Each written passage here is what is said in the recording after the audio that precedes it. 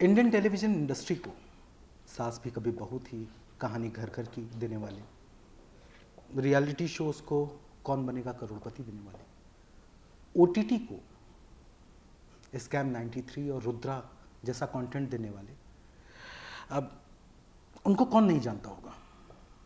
लेकिन रुकिए, आप में से बहुत लोग उनको नहीं जानते। वजह यह है कि आप कंटेंट और स्टार देखते हैं, किंग मेकर्स नहीं देखते। उनके लिए ढेर सारे अपलॉज बनते हैं, जो मैं करना चाहूँगा, और वो है अपलॉज एंटरटेनमेंट के सीईओ समीर नायर साहब। आपका बहुत बहुत स्वागत है। Thank you so much. Thank you so much sir. बड़ी स्क्रीन से छोटी स्क्रीन तक आप जब आते हैं, रिवॉल्यूशन लेके आते हैं अपने इस 5 साल की जर्नी को, क्योंकि जब आपने ओटीटी के फील्ड में कदम रखा, इंडिया में बस ओटीटी पैदा हो रहा, तो कैसे 5 साल की इस जर्नी को कैसे देखते हैं? आई थिंक ये जर्नी बहुत बहुत अच्छा है। आई मीन सो फार तो बहुत ही अच्छा गया है। आई थिंक हम लोग बहुत खुशकिस्मत हैं, क्योंकि जब पहले शुरू किया था तो आइडिया तो था कि हम बनाएंगे कंटेंट, एक कंटेंट स्टूडियो क्रिएट करेंगे, इसमें इन्वेस्टमेंट करेंगे। जब पहले बिरला साहब से बात हुई थी तो यही प्लान था कि ऐसा है, स्टूडियो बनाएंगे, कंटेंट क्रिएट करेंगे। ये ओटीटी बढ़ रहा है, इनको कंटेंट की ज़रूरत पड़ेगी, तो अगर हम तैयार करके उनको देंगे और फिर लाइसेंस करेंगे तो शायद ये बिज़नेस प्लान चले और हम ये अलग अलग स्टोरीज़ करेंगे। स्पीड टू मार्केट के लिए थोड़े अडेप्टेशंस करेंगे, थोड़े बुक्स खरीदेंगे और थोड़े ओरिजिनल लिखेंगे, और ये अलग अलग राइटर्स डायरेक्टर्स के साथ काम करेंगे। ये अमेरिका में सक्सेसफुल हुआ है ये टाइप ऑफ मॉडल HBO पे 1997 से, और अभी इंडिया का टाइम आया है। सब परफेक्ट स्टॉर्म, राइट। और मौका कहते हैं ना कि लोहा गर्म है, मार दो थोड़ा, तो वो लेके हम लोग ने शुरू तो किया। और I think we are very fortunate कि एक्चुअली प्लान के अनुसार चल ही रहा है। सब कुछ वैसे हुआ है, अच्छे शोज़ बने हैं, बहुत शोज़ बने हैं, और इनमें से 2-3 सुपर हिट भी बन गए। 2-3 नहीं, मैं तो कतार में मैं फॉलो कर रहा हूँ सिटी ऑफ ड्रीम्स, मैं फॉलो कर रहा हूँ और रोद के दोनों सीजन्स, मैं फॉलो कर रहा हूँ स्कैम 93।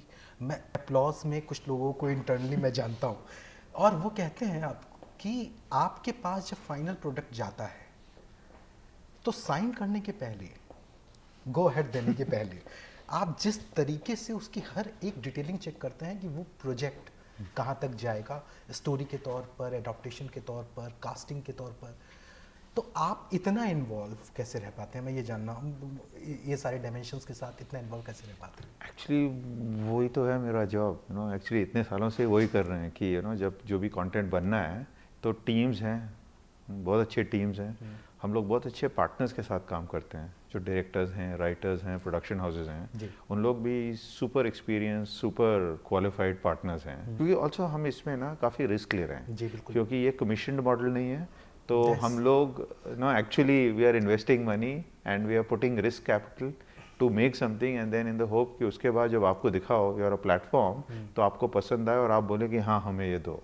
वो आईपीस क्रिएट करने का ये वाला मॉडल कि हम ये करेंगे, ये इसमें बहुत बड़ा हमारा इन्वेस्टमेंट इन्वॉल्व है, हमारी प्लानिंग इन्वॉल्व है, और कमीशन होने के पहले, क्योंकि हम बनने के बाद दिखा रहे हैं, इसमें रिस्क इन्वॉल्व है।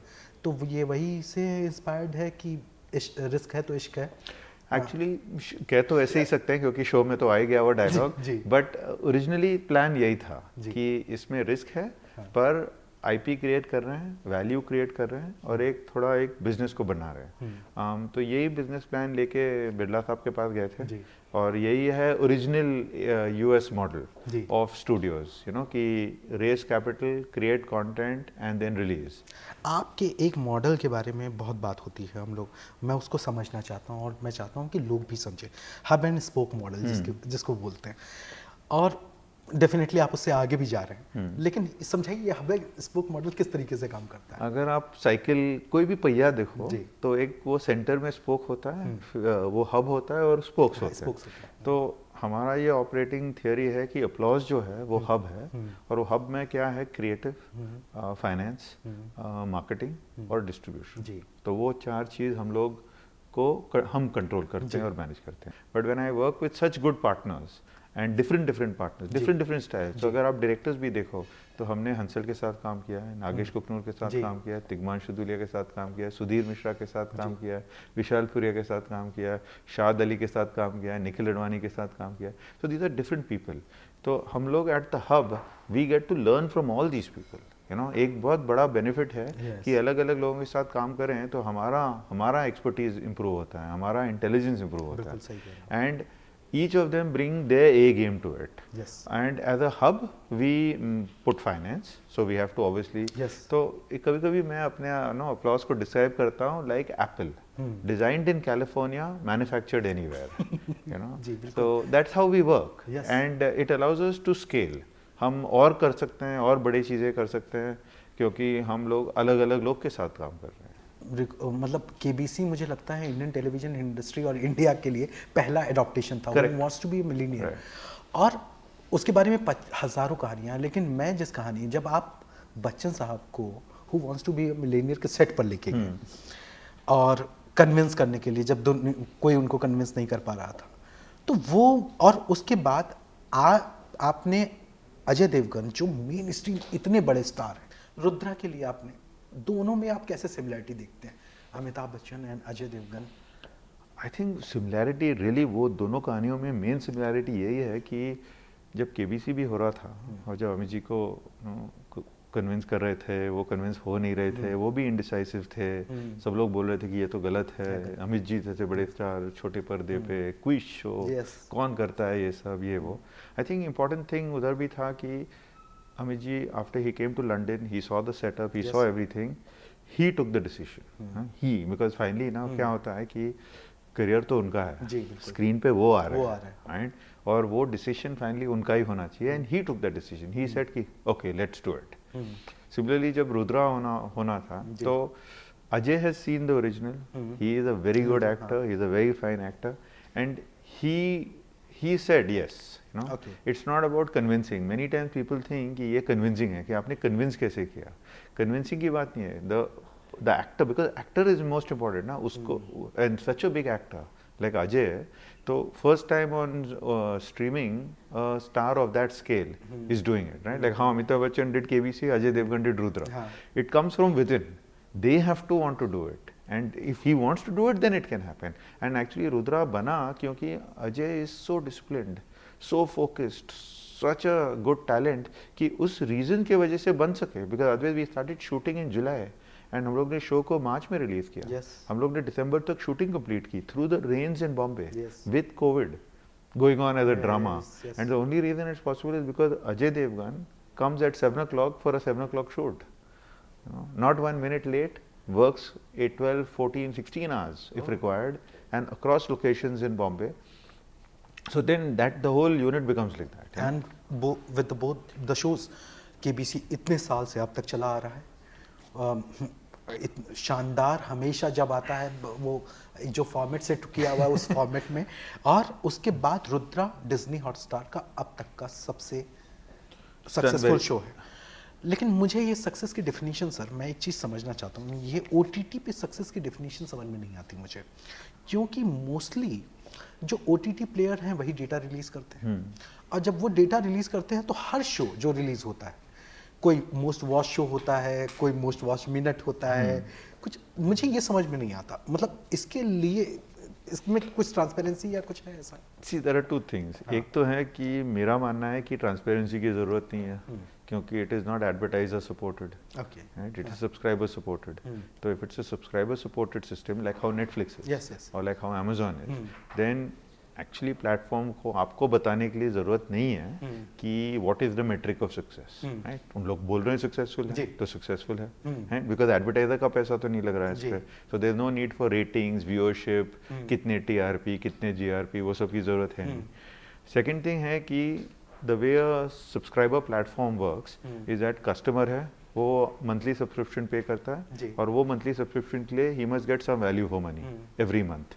तो अलग अलग चीज़ें आते हैं, छोटे शो आते हैं, बड़े शो आते हैं, पिक्चर होते हैं, डॉक्यूमेंट्री होता है, सब कुछ आता है, एंड वो मंथली एक्सपेंस चलता है। So I think the way the platforms look at it, but they do have metrics, ऐसा नहीं है कि कोई मेट्रिक नहीं है। तो मेट्रिक्स क्या है कि जो एग्जिस्टिंग कस्टमर्स हैं उन लोग जो हैं ऑलरेडी, उन लोग ने कितना देखा ये शो को, पूरा देखा, आधा देखा, सब लोग ने देखा, कोई लोग ने देखा। Then the second thing is कि उनको कितने नए कस्टमर मिले, और फाइनल थिंग इज इसका कॉस्ट क्या था। तो यही 3 चीज़ों लेके ऑपरेट करते हैं। उन लोग नंबर्स रिलीज नहीं करते हैं, और वो करेक्ट है, क्यों करें, मीन्स ज़रूरत नहीं होती है ना उनको, सिर्फ अलग मैट्रिक्स पे ऑपरेट करना है। सर मैं एक एडॉप्टेशंस के बारे में मैं एक सवाल जो आप थोड़ा लीक से हट कर रहे हैं सर, अभी लाल सिंह चड्ढा रिलीज हो रही है और बहुत ज़बरदस्त ट्रोलिंग जिसकी मैं सख्त खिलाफ हूँ कि कॉपी फिल्म है, कॉपी फिल्म है, कॉपी फिल्म है। एडॉप्टेशन का मतलब, और किसी फिल्म की एडॉप्टेशन में उसकी सेंसिबिलिटीज बदल जाती हैं, उनके किरदार बदल जाते हैं, उनका अप्रोच बदल जाता है, कैसे मतलब, और आप एडॉप्टेशन में इतना सारा काम कर रहे हैं, कैसे समझाएंगे लोगों को? थिंक दिस इज लाइक वो एंटी बॉलीवुड सेंटिमेंट है। Yes. क्योंकि इसमें कुछ सेंस तो है नहीं, राइट? अगर आप जैसे आपने बोला कि KBC was India's first famous adaptation, it was the first one. तो अगर कोई आके मेरे को बोले क्या यूनिक आइडिया आप लाए केबीसी का, अच्छा यार वो तो इंटरनेशनल शो था, who wants to be a millionaire, and वो 185 कंट्रीज में चला है। हम लोग वो वीवर कंट्री नंबर 81, राइट? पर थे तो लाइन में, बिल्कुल, एंड हम लोग ने भी एग्जैक्टली बनाया। वो अलग बात है कि जब बना तो Amit ji made it its own, and we made it our own, and we made it into a unique thing, but है तो एडेप्टेशन टेक्नोलॉजी। और अगर आप देखो लाइफ में हमारे अराउंड सब कुछ जो हमारे पर अराउंड है वो सभी कुछ एडेप्टेशन ही है। अगर गाड़ी देखो तो फॉरेन गाड़ी है, अगर रेफ्रिजरेटर देखो तो फॉरेन बना है ना। जो कुछ भी टेक्नोलॉजी है, technology itself is a western invention, right? तो अभी आप बोलो कि नहीं गैस को छोड़ो चूल्हा लगाओ, there are so many examples like that of adaptation. So adaptation there is nothing wrong with that. अभी जो लाल सिंह चड्ढा बन रहा है, फॉरेस्ट गंप आया कुछ 25 years ago, and it was a very successful movie, it's a good story, heart warming story. तो उसको अगर लेके मॉडर्न वर्ल्ड में रीबूट करो, री इमेजिन करो, और हमारे सेटिंग में सेटअप करो, तो there is nothing wrong. I always say sir कि एक अच्छी स्टोरी कभी नहीं मरती। अगर आप देखो विशाल भारद्वाज की जो रेपर्टोयर है, they are all Shakespeare stories. तो क्यों बनाना है हैमलेट और किंग लियर फिर से ना? नहीं बनाना चाहिए। ओमकारा क्यों बना रहा है? नहीं बनाना चाहिए। ओथेलो क्यों बन रहा है? बन रहा है और पसंद आ रहा है लोगों को। सिर्फ नाराजगी जाहिर करने के लिए नाराजगी जाहिर करना, और किसी चीज़ को ज़बरदस्ती बैकआउट करने के लिए बैकआउट करना नहीं। कंटेंट देखो, पसंद आए तो तारीफ करो, नहीं पसंद आए तो बुराई करो, लेकिन देखो तब। सब बहुत ज़्यादा बात हो रही है स्कैम 2003 और गांधी की।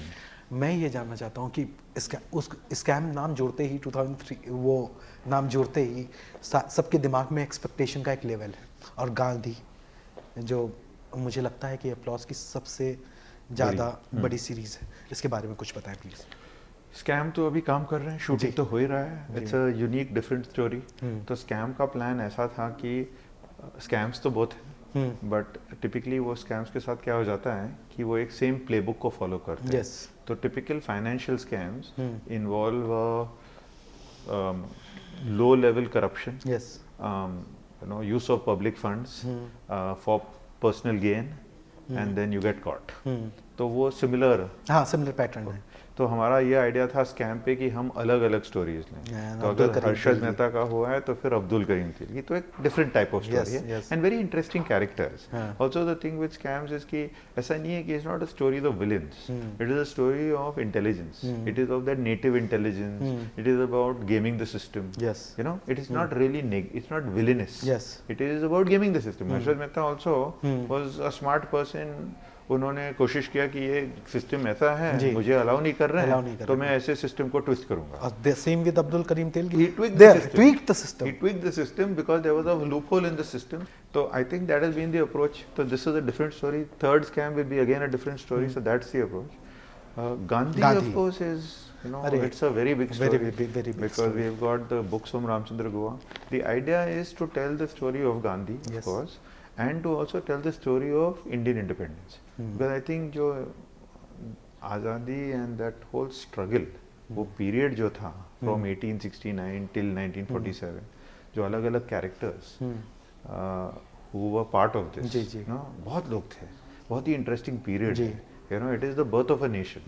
तो I think हमारा approach वो है कि that's why with Hansal, with Pratik, with the books, our own approach is to make it like थोड़ा, you know, it's a definitive piece of Indian history. और I heard आप अमर चित्र कथाएं correct पर काम तो कर रहे हैं। उस पे उस उनके कैटलॉग के राइट्स लिए हैं जी। तो उस पे सारे कॉमिक्स को बनाना है और mainly Mahabharata Ramayana as a Wow. international series, so it's Wow. really designed for an international audience Okay. rather than Indian, means animation he Yes. but the hope is कि जैसे हम लोग Greek mythology को Yes. consume करते हैं Consume as करते हैं, yes. Indians, can the global audience consume Indian mythology. Wow. So we are trying to create the animation on that standard ताकि it is available to an international audience to consume, because see Mahabharata actually is the original Game of Thrones, right? Yes. It's the original story, Yes. right? So I think it is important to put it out, but in that context, in that standard.